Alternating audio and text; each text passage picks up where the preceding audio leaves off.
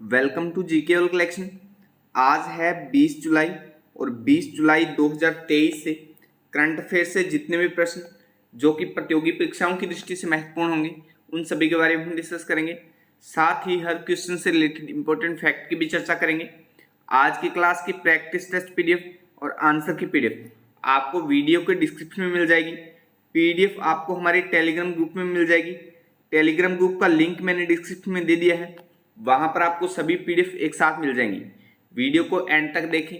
Video के and में general science का एक क्वेश्चन मैं आपसे पूछूंगा जिसका आंसर आप कमेंट सेक्शन में दे सकते हैं।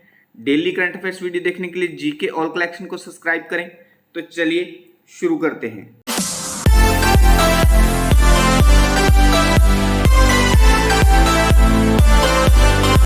हाल ही में किस देश ने ह्वानसोंग 18 अंतर महाद्वीपीय बैलिस्टिक मिसाइल लॉन्च की है? तो अभी उत्तर कोरिया ने यानी नॉर्थ कोरिया ने ह्वानसोंग 18 अंतर महाद्वीपीय बैलिस्टिक मिसाइल लॉन्च की है। तो डी ऑप्शन इसका सही हो जाएगा। चलिए इस मिसाइल के बारे में और जान लेते हैं। उत्तर कोरिया ने हाल ही में अपने नवीनतम हथियार ह्वानसोंग 18 का अनावरण करते हुए एक मिसाइल परीक्षण किया है।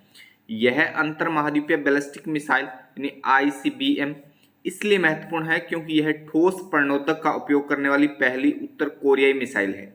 ICBM लंबी दूरी की बैलिस्टिक मिसाइलें हैं जो परमाणु हथियार ले जाने की क्षमता रखती हैं। 5500 किलोमीटर से अधिक की सीमा के साथ इन्हें अंतर महाद्वीपीय मिशनों के लिए डिजाइन किया गया है। तो इस मिसाइल के बारे में इतनी सामान्य सी जानकारी आप ध्यान में रखिए। अच्छा, ये मिसाइल उत्तर कोरिया ने लॉन्च की है। तो वर्ल्ड मैप में उत्तर कोरिया की लोकेशन आप एशिया महाद्वीप में यहाँ पर देख पा रहे हैं। उत्तर कोरिया की राजधानी प्योंगयांग है। सम्राट किम जोंग उन है। प्रधानमंत्री किम टॉक हुन है। करेंसी उत्तर कोरियाई वॉन है और कॉलिंग कोड +850 है।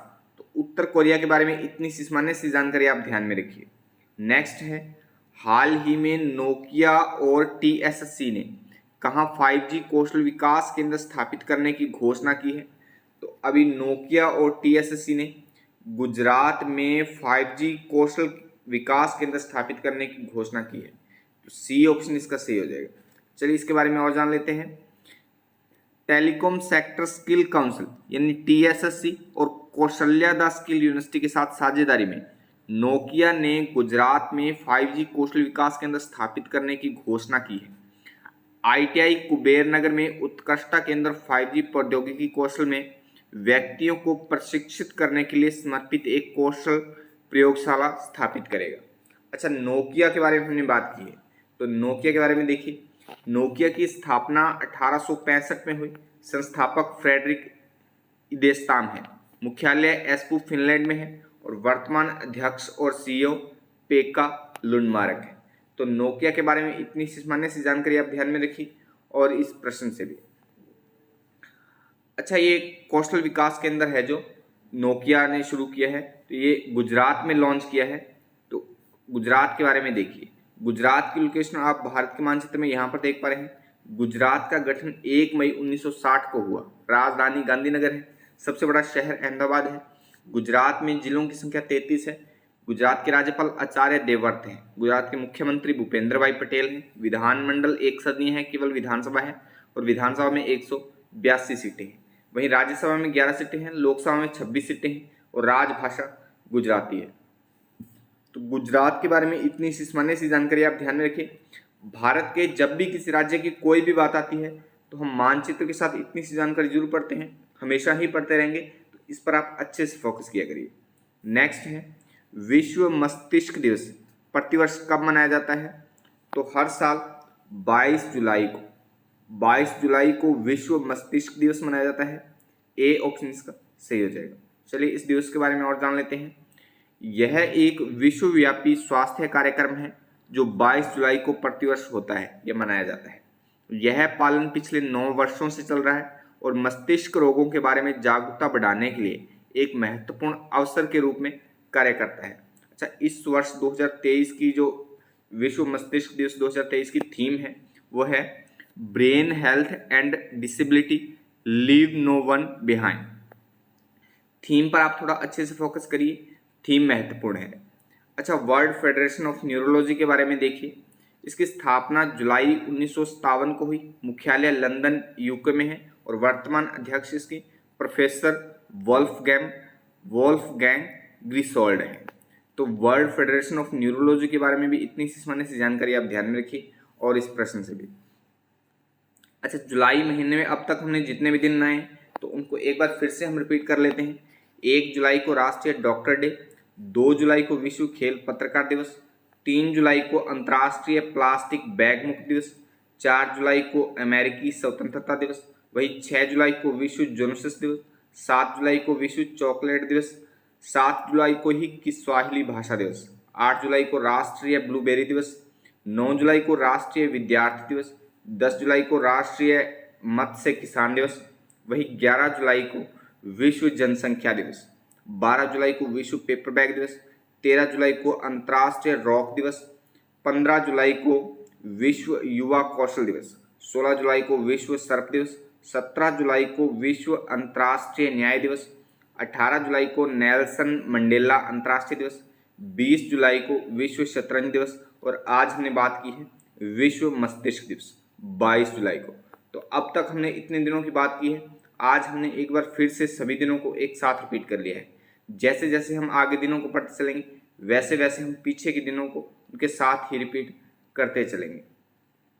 अच्छा, अगर ये क्लास आपके लिए हेल्पफुल है, आप इस क्लास से कुछ सीख रहे हो तो वीडियो को लाइक कमेंट करके शेयर जरूर कर दिया करो। आपके एक लाइक और कमेंट से मुझे मोटिवेशन मिलता है और मैं हर रोज एक नई एनर्जी के साथ आपके लिए अच्छे से अच्छा कंटेंट बना पाता हूँ। चलिए नेक्स्ट है, हाल ही में किसने प्रौद्योगिकी मूल्यांकन में क्रांति लाने और नवाचार को आगे बढ़ाने हेतु TCR मैट्रिक्स फ्रेमवर्क का अनावरण किया है? तो अभी नीति आयोग ने प्रौद्योगिकी मूल्यांकन में क्रांति लाने और नवाचार को आगे बढ़ाने हेतु TCR मैट्रिक्स फ्रेमवर्क का अनावरण किया है। तो बी ऑप्शन इसका सही हो जाएगा। चलिए इसके बारे में और जान लेते हैं। नीति आयोग ने नीति कार्य योजना पत्र श्रृंखला के तहत तकनीकी वाणिज्य तैयारी और बाजार परिपक्वता मैट्रिक्स फ्रेमवर्क जारी किया है। भारत सरकार नीति आयोग के माध्यम से नवाचार और उद्यमिता को देने के लिए प्रतिबद्ध है। इस कार्य योजना पत्र का विमोचन तकनीकी प्रगति और आर्थिक विकास को बढ़ावा देने से जुड़े सरकार के निरंतर प्रयासों का परिणाम है। तो इस प्रश्न से भी इतनी सी सामान्य सी जानकारी आप ध्यान में रखिए। नेक्स्ट है, किस देश में अब प्रवासी भारतीय UPI के माध्यम से भुगतान सुविधा प्राप्त कर सकेंगे? तो अब फ्रांस में जो प्रवासी भारतीय हैं वो UPI के माध्यम से भुगतान कर सकेंगे। बी ऑप्शन इसका सही हो जाएगा। चलिए इसके बारे में और जान लेते हैं। प्रधानमंत्री नरेंद्र मोदी ने फ्रांस की राजधानी पेरिस में भारतीयों को संबोधित करते हुए कहा कि बहुत जल्द भारतीय पर्यटक एफिल टावर में भी UPI से भुगतान कर पाएंगे। उन्होंने कहा कि फ्रांस में भारतीय UPI से भुगतान को लेकर एक समझौता हुआ है। इसकी शुरुआत एफिल टावर से होगी और भारतीय यहाँ UPI के जरिए रुपए में भुगतान कर पाएंगे। PM मोदी ने कहा कि इस समझौते से भारतीय नवाचार के लिए एक नया बाजार खुल जाएगा। तो इस प्रश्न से आप इतनी सी जानकारी ध्यान में रखिए। अच्छा, UPI जो सुविधा है वो फ्रांस में शुरू की जाएगी। तो फ्रांस की लोकेशन आप वर्ल्ड मैप में यूरोप महाद्वीप में यहाँ पर देख पा रहे हैं। फ्रांस की राजधानी पेरिस है, राष्ट्रपति इमैनुअल मैक्रोन है, प्रधानमंत्री एलिजाबेथ बोर्न है, करेंसी यूरो है, कॉलिंग कोड +33 है। तो फ्रांस के बारे में भी इतनी सी सामान्य सी जानकारी आप ध्यान में रखिए। चलिए नेक्स्ट है, हेनले पासपोर्ट 2023 के अनुसार दुनिया का सबसे शक्तिशाली पासपोर्ट किस देश का है? तो अभी हाल ही में हेनले पासपोर्ट ने एक रिपोर्ट जारी की है जिसमें दुनिया का सबसे जो शक्तिशाली पासपोर्ट है वो सिंगापुर का है। बी ऑप्शन इसका सही हो जाएगा। चलिए इसके बारे में और जान लेते हैं।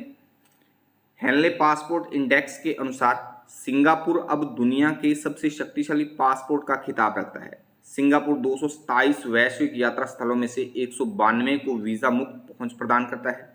इस रैंकिंग में भारत 80वें स्थान पर है। भारतीय पासपोर्ट धारकों को अब 57 देशों में वीज़ा मुक्त पहुंच प्राप्त है। इस रैंकिंग में सबसे निचले स्थान पर अफगानिस्तान है जो 27 देशों में वीज़ा मुक्त पहुंच रखता है। तो इस प्रश्न से भी इतनी सी सामान्य सी जानकारी आप ध्यान में रखिए। नेक्स्ट है, हाल ही में एसबीआई कैपिटल मार्केट्स लिमिटेड के चीफ का पद किसने ग्रहण किया है? तो अभी राजय कुमार सिन्हा ने एसबीआई कैपिटल मार्केट्स लिमिटेड के चीफ का पद ग्रहण किया है। तो सी ऑप्शन इसका सही हो जाएगा। चलिए इसके बारे में और जान लेते हैं।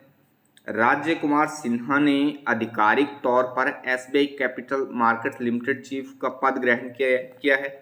इस भूमिका को निभाने से पहले वह भारतीय स्टेट बैंक में ट्रेजरी संचालन की देखरेख के लिए जिम्मेदार थे। अच्छा, एसबीआई के बारे में हमने बात की है, तो एसबीआई के बारे में देखिए।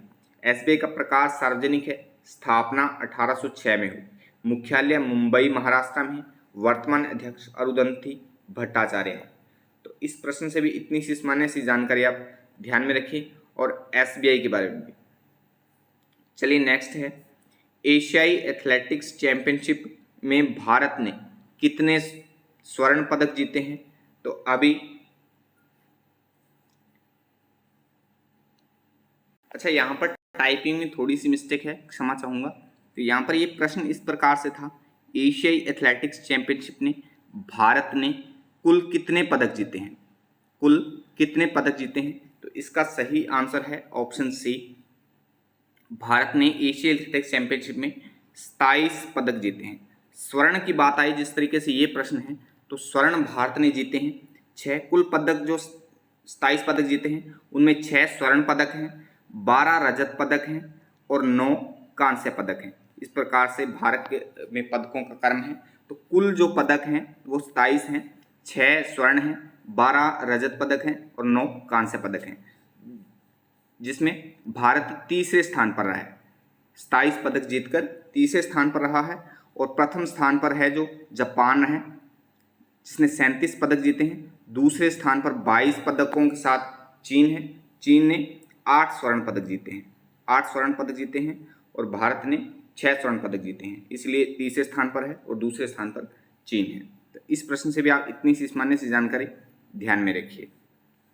चलिए नेक्स्ट है, हाल ही में बैडमिंटन में किस खिलाड़ी ने सबसे तेज प्रदर्शन कर गिनीज वर्ल्ड रिकॉर्ड तोड़ा है? तो अभी सात्विक साईराज रंकी रेड्डी ने बैडमिंटन में सबसे तेज प्रदर्शन कर गिनीज वर्ल्ड रिकॉर्ड तोड़ा है। तो बी ऑप्शन इसका सही हो जाएगा। नेक्स्ट है, हाल ही में किस राज्य ने चचिन चराई महोत्सव मनाया है? तो अभी अरुणाचल प्रदेश में चचिन चराई महोत्सव मनाया गया है। तो डी ऑप्शन इसका सही हो जाएगा। चलिए इस महोत्सव के बारे में और जान लेते हैं। अरुणाचल प्रदेश के बुमला दर्रे के पास तवांग क्षेत्र के स्थानीय चरवाहों ने 14 से 15 जुलाई को चचिन चराई उत्सव मनाया है। चचिन चराई में आयोजित 2 दिवसीय कार्यक्रम में तवांग क्षेत्र के सभी चरवाहों ने उत्साहपूर्वक भाग लिया।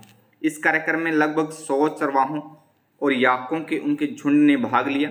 इनकी संख्या 400 से अधिक थी। तो इस उत्सव के बारे में इतनी सी सामान्य सी जानकारी आप ध्यान में रखिए। अच्छा, अरुणाचल प्रदेश में ये त्यौहार मनाया गया है, उत्सव मनाया गया है। तो अरुणाचल प्रदेश के बारे में देखिए। अरुणाचल प्रदेश की लोकेशन आप यहाँ पर देख पा रहे हैं। अरुणाचल प्रदेश को राज्य का दर्जा 20 फरवरी 1987 को मिला। राजधानी ईटानगर है। जिले 26 हैं अरुणाचल प्रदेश में। राज्यपाल BD मिश्रा हैं। मुख्यमंत्री पेमा खांडू हैं। विधानसभा सीटें 60 हैं, राज्यसभा में 1 सीट है और लोकसभा में 2 सीटें हैं। तो अरुणाचल प्रदेश के बारे में भी इतनी सी सामान्य सी जानकारी आप ध्यान में रखिए। अच्छा, कल की वीडियो का चैलेंज क्वेश्चन था, शरीर की सबसे लंबी हड्डी कौन सी है? तो इसका सही आंसर था ऑप्शन सी, फीमर जो है वो शरीर की सबसे लंबी हड्डी होती है। आज की वीडियो का चैलेंज क्वेश्चन है, किस रक्त समूह को सर्वदाता यानी यूनिवर्सल डोनर कहा जाता है? तो इस क्वेश्चन का आंसर आप कमेंट बॉक्स में कमेंट करके जरूर बताएं। चलिए आज की वीडियो की एंडिंग करते हैं। Keep claim, have patience and keep moving forward से, अर्थात शांत रहो, संयम रखो और बढ़ते चलो। जय हिंद, जय भारत।